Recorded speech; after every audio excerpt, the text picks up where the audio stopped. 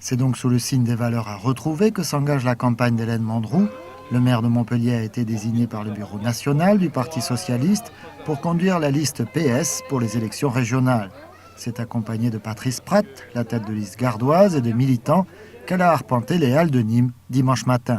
Ce que je ressens en tout cas, c'est qu'il y avait vraiment une attente de tant de militants que de citoyens de notre région qui attendaient que le Parti socialiste ait une liste officielle. Il y avait une attente très forte.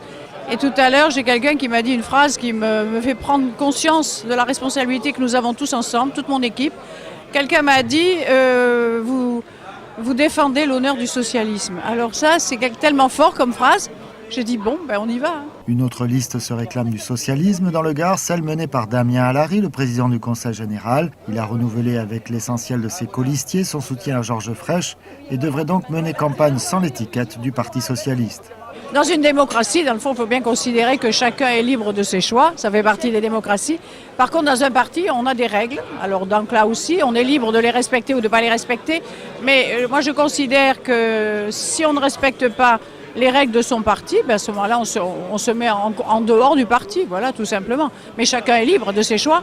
Ces mises au point effectuées, Hélène Mandroux s'efforce de recentrer sa démarche sur un autre objectif.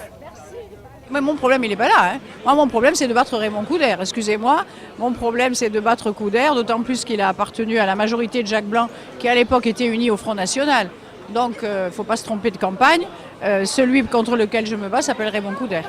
Et pour battre la droite, Hélène Mandroux et les socialistes devront franchir le premier tour et nouer les bonnes alliances avant un deuxième tour décisif.